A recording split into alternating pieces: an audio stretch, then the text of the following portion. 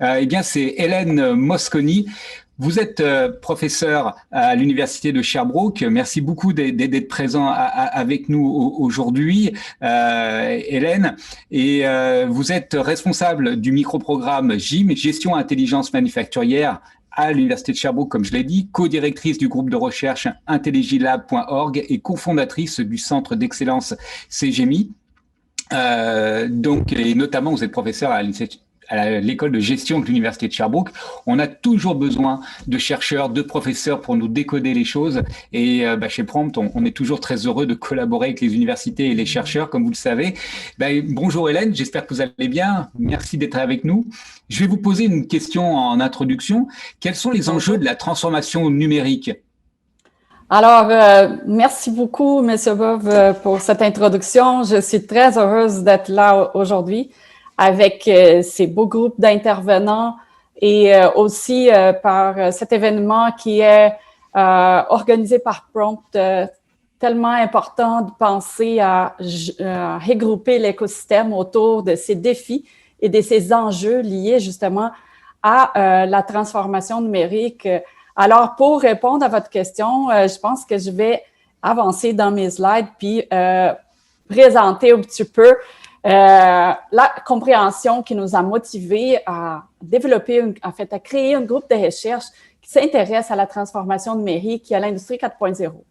Alors, comme vous avez bien entendu, je suis professeure à l'école de gestion et on a été longtemps interrogé qu'est-ce qui fait une prof à l'école de gestion intéressée à la transformation numérique, à l'industrie 4.0. C'est un axe qui est plutôt lié au monde de la gestion, de l'ingénierie, en fait. Mais on s'était préoccupé beaucoup sur les notions de comment on gère une organisation qui se transforme. Parce que quand on parle de la transformation numérique, justement, il faut se préoccuper des différents enjeux qui cette introduction technologique va amener au milieu organisationnel. Et donc, pour mieux comprendre ça, on est allé parler aux entrepreneurs, on est allé parler à des intervenants de ces domaines-là. Et nous avons pu comprendre donc que plusieurs personnes dans les milieux avaient une compréhension limitée sur c'était quoi ces phénomènes-là de l'industrie 4.0. Aussi des difficultés dans la compréhension de sa mise en œuvre. Donc, comment on fait pour effectivement mettre ça en place? Même chose pour ce qui est en lien avec les risques. Donc, tant les risques d'introduction de nouvelles technologies dans les organisations, comme aussi des risques vis-à-vis au retour sur les investissements. Nous avons aussi pu identifier un enjeu majeur en lien avec les capitals humains, donc les compétences et les différentes compétences nécessaires pour cette transformation. Et les gens nous ont aussi mentionné un besoin de mobilisation de l'écosystème. Et donc, vous voyez que ces enjeux-là qu'on a pu identifier, ce sont des enjeux qui ont été mentionnés tant par Pierre Laurent au niveau de l'ESTIC, au niveau de la compréhension de ces sondages qu'il les a apportés, mais aussi par Sylvain dans son expérience chez Metallus. Donc, je trouve que c'est quand même assez impressionnant comment ces enjeux-là se recroisent et puis on voit des exemples vivants de ces difficultés, de ces défis. Donc, nous avons... est-ce que je pourrais changer de slide? J'essaie de trouver la place. Ah, merci beaucoup. Donc, au Québec, on a pu aussi, au niveau de certaines études, identifier des enjeux liés à la productivité du secteur manufacturier, comment on vivait une concurrence importante au niveau de pays à bas salaire, puis aussi en lien avec les difficultés d'exportation manufacturière, puis les manques des travailleurs aussi, donc la pénurie de main-d'œuvre. Alors, bien sûr que ces constats-là sont avant COVID. Avec les COVID, nous avons des enjeux qui sont encore d'autres ordres, qui viennent se rajouter à ces enjeux qui existaient déjà.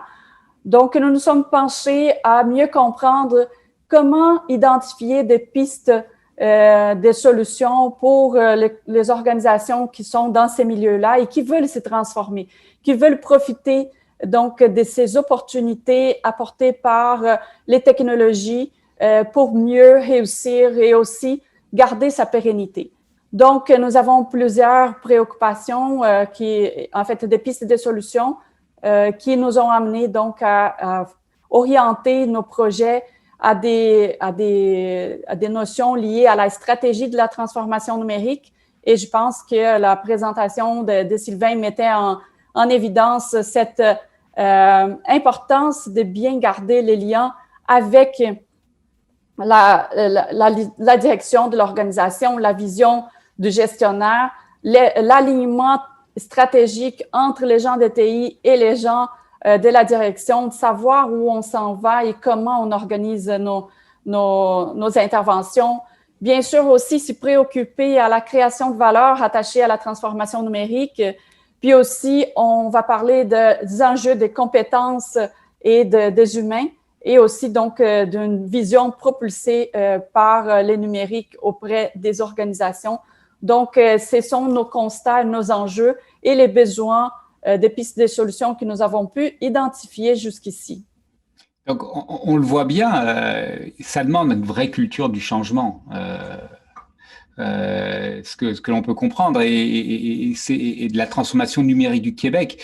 Et on sait que actuellement il y a une vraie push à donner à cette transformation numérique et qu'il y a forcément des résistances. Il y a une reconfiguration totale de la gestion, du management interne dans le manufacturier actuellement. Mais j'ai une question à vous poser en particulier, Hélène, c'est l'importance de la recherche collaborative justement dans cette transformation numérique du Québec là. À quel niveau, quelle est-elle cette importance-là? En fait, elle est cruciale, je crois, fondamentalement à la collaboration. Et donc, c'est pour ça que je présente un petit peu l'orientation de notre groupe de recherche qui est vraiment d'être ces catalyseurs-là transdisciplinaires. Comme vous avez bien mentionné, les enjeux sont de différents ordres au niveau de l'organisation, les besoins de changement. Donc, comme vous voyez ici, le groupe de recherche, donc notre mission, c'est d'être un catalyseur transdisciplinaire d'innovation vers la réalisation de projets collaboratifs, donc en réponse à ces défis-là pour les organisations, mais notamment les PME qui ont besoin d'aide peut-être un peu supplémentaire si on compare aux grandes entreprises.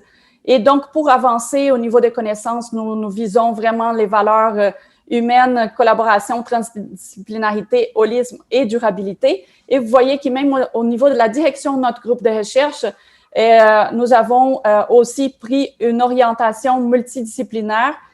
Donc, prochaine diapo. Et là, on voit donc des professeurs qui sont en gestion des technologies d'affaires, des professeurs en gestion des opérations, en ressources humaines, en comportement organisationnel lié aux opérations, mon collègue Pierre-Luc Fournier, et aussi en comptabilité. Donc, les enjeux qui vivent les organisations doivent être regardés par une multitude de compétences différentes, donc des regards différents.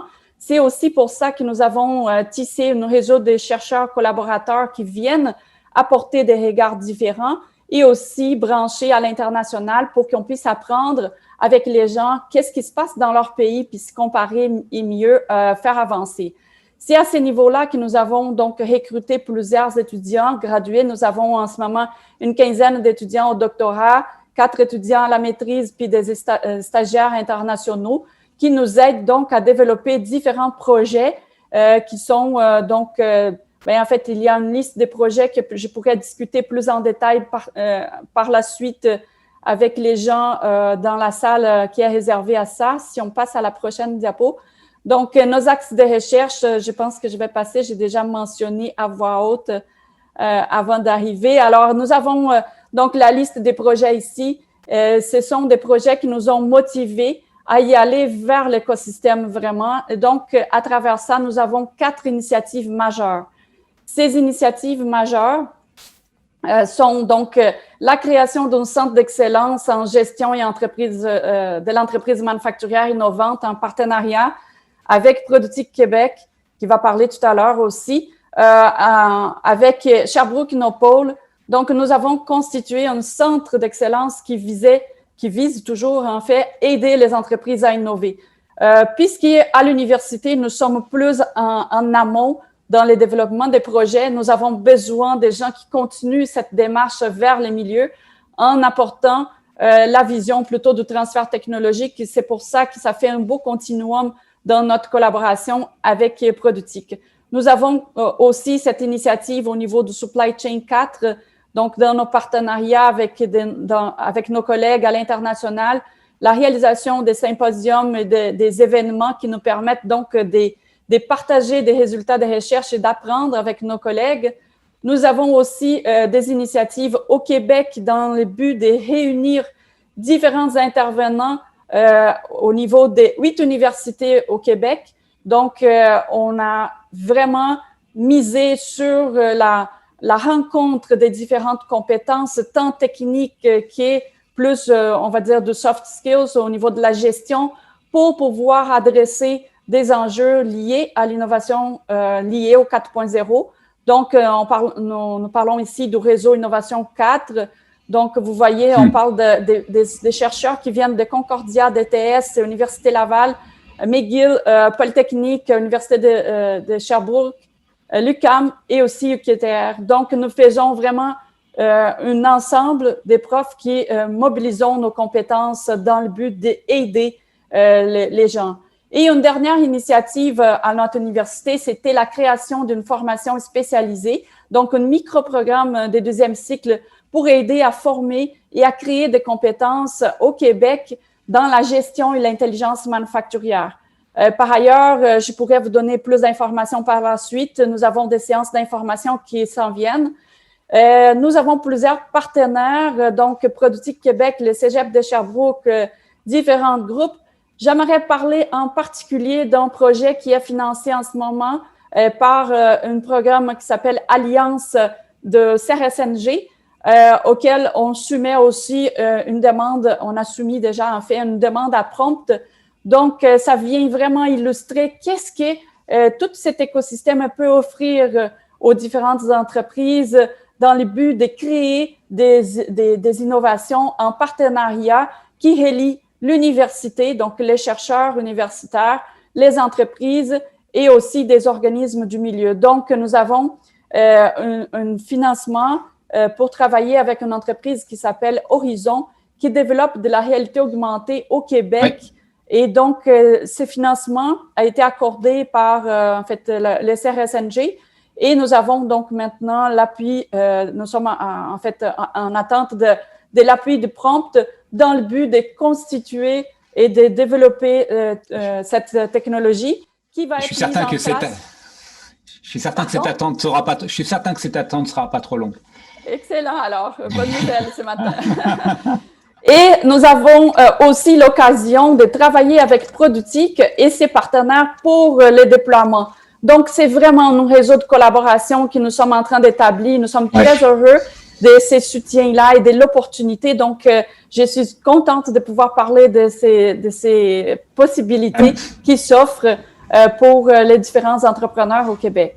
Alors, merci beaucoup, Hélène. Merci beaucoup, Hélène, pour ça. Vous avez rappelé une chose importante et on le voit par rapport au réseau des universités. C'est l'ensemble du Québec qui se mobilise parce que ça concerne toutes les régions du Québec, l'industrie manufacturière. Il faut quand même le rappeler et c'est très important.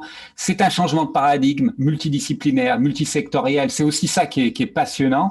Et vous m'avez aussi fait une belle transition. Alors, on a vraiment des intervenants aujourd'hui incroyables. Vous êtes à la fois professeur puis présentatrice, donc vous voyez, multidisciplinaire